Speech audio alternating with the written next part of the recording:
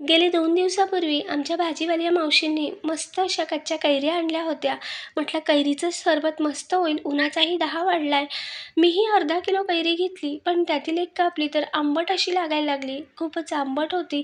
मग ह्या कच्च्या कैरींचं करायचं काय? 2 दिवस तशाच राहिल्या. नमस्कार मंडळी, श्रीदेवी किचन प्रतिभाज रेसिपीमध्ये मनापासून स्वागत आहे. आज आपण गोड आंबा बनवतोय. सुरुवात करूया. तर इथे मी 300 ते 350 ग्रॅम एवढी कच्ची कैरी घेतली आहे. तर हे आंबे मी दोघंही धुवून घेतलेत, पुसून घेतलेत. आंबा थोडासा 2 ते 3 दिवस झाले म्हणून थोडासा असा पिवळसर झाला आहे. आता यासाठीचा गूळ पाहूयात. तर ह्या दोघंही कैऱ्या फार आंबट अशी आहे हे आंबे, म्हणून मी इथं एक वाटी भरून चिरलेला गूळ घेतला.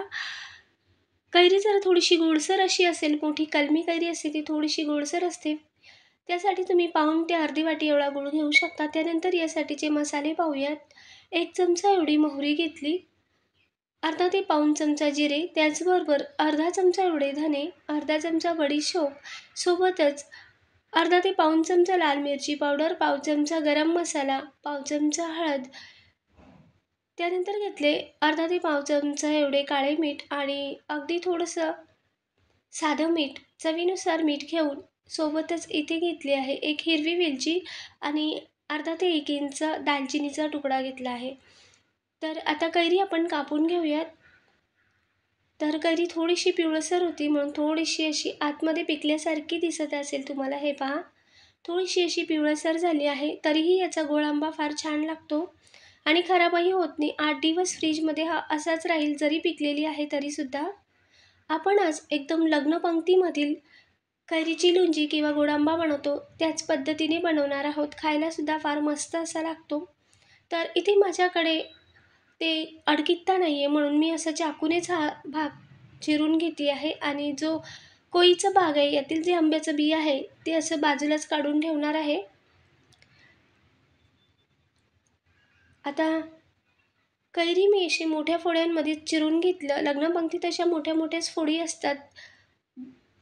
तर इथे अडकित्ता नाही म्हणून मी असा आजूबाजूचा भाग कट करून त्याच्या अशा मोठ्या फोडी करून घेतल्या आणि कोई बाजूला काढून ठेवली. आता सर्व फोडी अशा चिरून घेतल्या. तुमच्याकडे अडकित्ता किंवा कैरी कापण्याचं जे मशीन असतं ते असलं, त्यानेही तुम्ही कोई सकट कैरी चिरून घेऊ शकता. दोघंही कैरी अशी चिरून घेतली. त्यानंतर आता गॅसवर इथे पाणी ठेवलं. इथे मी 1.5 ते 2 ग्लास एवढं पाणी ठेवलं आणि पाणी गरम झाल्यानंतर आता ह्या चिरलेल्या फोडी यात घालूया. पाणी लवकर गरम होण्यासाठी मी झाकण ठेवून घेतले होते. आता थोडीशी उकळी आल्यासारखी झाली की या कैरीच्या फोडी यात टाकूया. एकदम मोठ्या आचेवर चांगली अशी खळखळ उकळी येऊ देऊयात. सर्व कैरी टाकून घेतली. मस्त अशी खळखळ आता उकळी आली आहे, हे पहा. गॅस पुन्हा मध्यम ते मंद आचेवर करायचा आणि कैरी शिजवून घ्यायची. थोडंसं मी हलवून घेतलं तळापासून. आता शिजले किंवा नाही तर तपासून पाहूयात.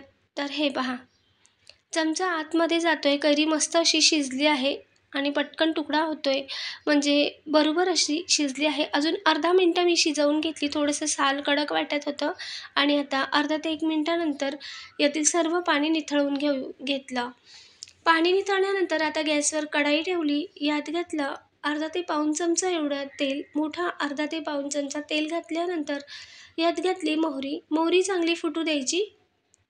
मोहरी फुटल्यानंतर आता जिरे घालूया. जिरेही चांगले तळतळले की त्यानंतर घालूया इथे मेथीदाणे. तुमच्याकडे हिंग असेल तर तुम्ही थोडंसं हिंगही यात वापरू शकता. मेथीदाण्यामुळे मस्त असा हा गोड आंबा लागतो. अजिबात कळवट होत नाही. मी इथे अर्धा ते 1 चमचा एवढे मेथीदाणे घेतले आणि सोबतच आपण धने आणि बडीशोप घेतले होते, तेही मी खलबत्त्यात जाडसर असे कुटून घेतले. बडीशोप आणि धने मात्र नक्की खलबत्त्यात कुटून घ्या. त्यानंतर आता दालचिनी आणि वेलची घेतली. आता दालचिनी आणि वेलची टाकून मस्त असं हे परतवून घेऊयात. आता कोरडे मसाले घातल्यानंतर आता पावडर मसाले घालूयात. मिरची पावडर, हळद आणि थोडासा गरम मसाला घालून मंद आचेवर हे थोडंसं पाणी घालून परतवून घेऊयात. मंद आचेवरच पावडर मसाले घालायचे आणि मंद आचेवरच हे अर्धा ते 1 मिनिटासाठी चांगलं परतवून घ्यायचं आणि त्यानंतर घालूया यात आपण काळं मीठ, अर्धा चमचा एवढं तेही यात मिक्स करूया. आणि चांगलं मिक्स केल्यानंतर आता यात घालूया आपण चिरलेला गूळ. तर इथे कैरी आंबट आहे म्हणून मी 1 वाटी एवढा गूळ घेतला. कैरी जर आंबट नसेल तुम्ही अर्धी वाटी गूळ घालू शकता. आता गूळ मस्त वितळेपर्यंत हे एकसारखं मिक्स करून घ्यायचं. आणि आता यात घालूया आपण पाणी. तर इथे मी 1-1.5 ग्लास एवढं पाणी घातलं.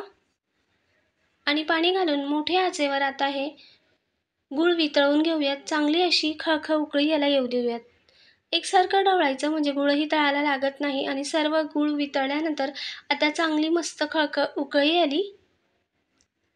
आणि मस्त असं गोडसर हे पाकासारखं झालं आहे आता. आणि यात घालूया आता आपण शिजवलेली कैरी. कैरीतलं मी सर्व पाणी निथळून घेतलं होतं. आणि कैरी घालून मिक्स करून घेऊयात. गॅस मोठ्याच आचेवर ठेवला आहे. आणि मोठ्या आचेवर ठेवून हे एकदा पुन्हा चांगलं मिसळून घेऊयात. चांगलं मिक्स केल्यानंतर आता पुन्हा याला चांगली खळखळ उकळी येऊ देऊयात. 1 ते 2 वेळा चांगली खळखळ उकळी आणायची. त्यानंतर आता गॅस मंद आचेवर करून यावर झाकण ठेवूयात. आणि 3 ते 4 मिनिटं मंद आचेवर अजून कैरी या पाकात शिजवून घेऊयात. तर हे पहा मस्त असा हा मसाल्याचा पाक, गुळाचा पाक या कैरीत मुरला आहे. एकदा पुन्हा मिक्स करून घेऊया. अजून हे थंड झाल्यावर दाटसर होईल. तर हे पहा आताच हा पाक थोडासा घट्टसर असा झाला आहे आणि मस्त असा कैरीत मुरला आहे. त्यानंतर वरून आपण साधं मीठ घेतलं होतं ते घालूयात. आणि मीठ घातल्यावर पुन्हा एकदा मिक्स करूयात. आणि मंद आचेवर चांगलं मिक्स करून घेतलं. तर हे पहा मस्त असा हा पाक झाला आहे.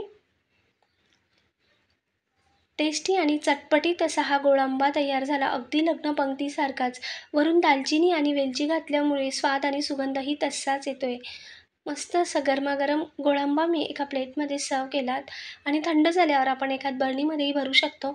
4 ते 5 दिवस असाच ठेवला तरीसुद्धा मस्त राहतो. आणि 8 ते 9 दिवस किंवा 10 ते 15 दिवस फ्रीजमध्ये आरामात टिकतो. आवडल्यावर लाईक करा, शेअर करा, सबस्क्राईब करायला विसरू नका. कमेंटद्वारे सांगा. धन्यवाद.